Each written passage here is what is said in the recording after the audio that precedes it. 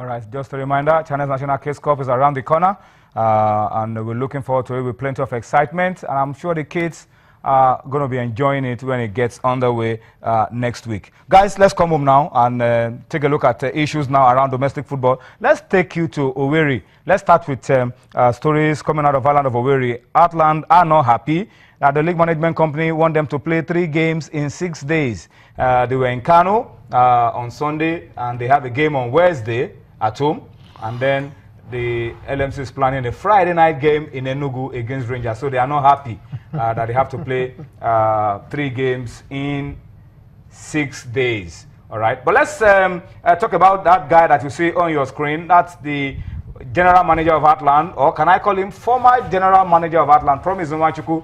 Just a few minutes ago, that's some news just coming in, has resigned his position as the general manager of Heartland FC of Owerri.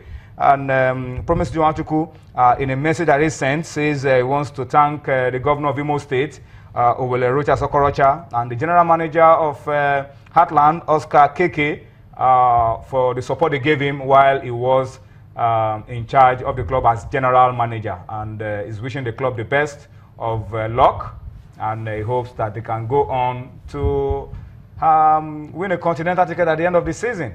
That's the Promise Nwachukwu. So we wish him the best of luck. Yeah. He's moved on now as general manager of Heartland of Owerri. While we wait for the LMC to, decide on whether Heartland will still play the 3 games in 6 days, or whether the Friday night game against Rangers will be moved.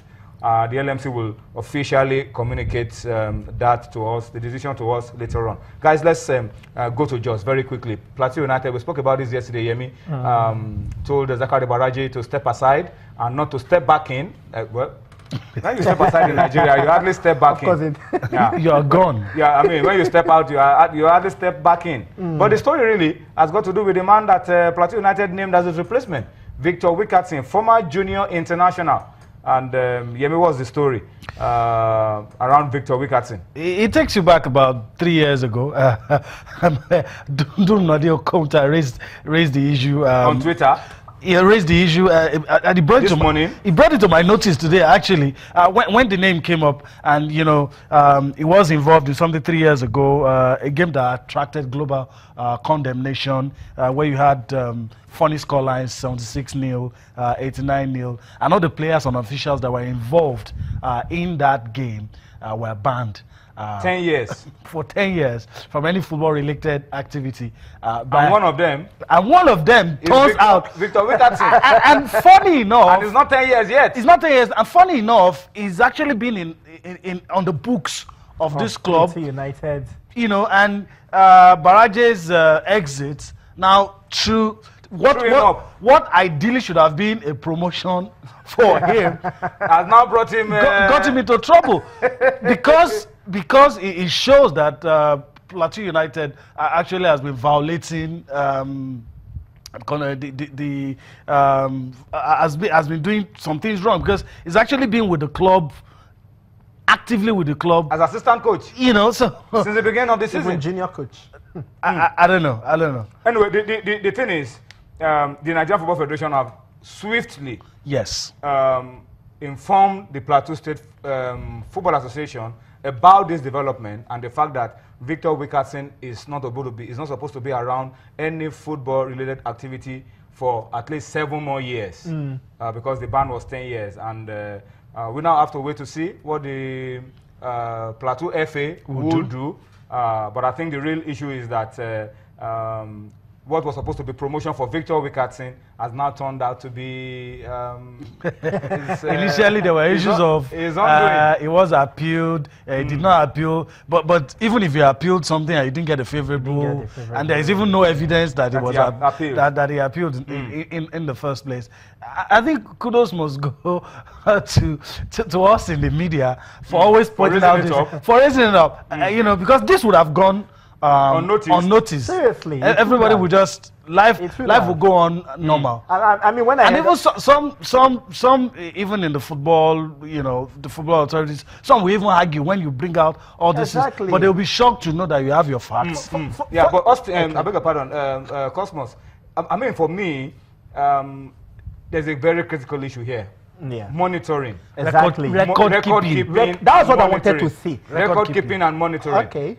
We hear a lot of stories about people, fans, unruly fans, who attack referees, who have been banned from going to world games, but we don't monitor. And they are still there. They are still there active. To come back because we don't pay attention to things like this. Yes. And I think this is what this throws up to us, that we need to do a lot more. And I think it's also a challenge to the media to continue to do what we do. Yes. Put them on their toes. Yes. Yes, exactly. Because when I heard the story this morning, I had to think back because 3 years back, I know I was here and I heard something like that and I was like, okay, is this not the same person? But then I needed to call some few people to find out, and I didn't even have to call before I got the gist later today. And I started asking myself, is it that the authorities or the management of Plateau United did not know that this guy is banned?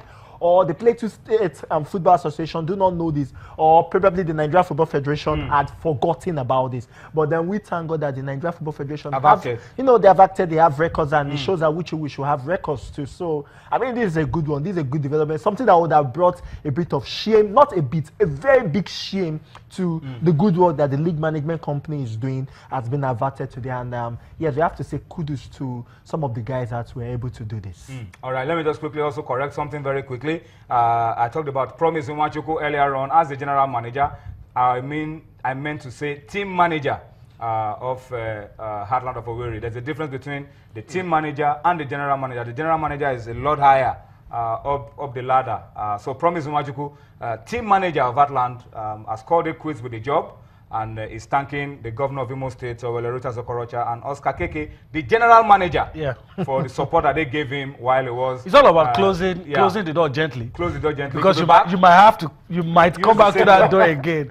So if you close it gently, I like that. If you didn't close it well, they won't allow you back. They won't allow you back. All right. So that's the story of the team manager, or now former team manager of Heartland of Owerri, Promise Nwachukwu. All right. Tomorrow there will be games. Rangers have their game postponed. They won't be playing midweek, and that's one of the reasons why Heartland also felt if Rangers are not going to be playing and they'll be resting, we should also get the same. So we're really looking forward to seeing what the league management company will do about those fixtures adjustment. But let's take a look at the fixtures for midweek. Tomorrow there will be games on Wednesday. There will be games on Thursday as well. March day 18. Of the Nigeria Professional Football League. Onikon Stadium, Ikorodu United will be hosting Warri Wolves. The last time Warri Wolves came to the Southwest, they went to Ibadan. And the big shooting stars at home. So Ikorodu should be wary of that. All right. Sunshine are going to be hosting the impressive Wike Tourist Obachi.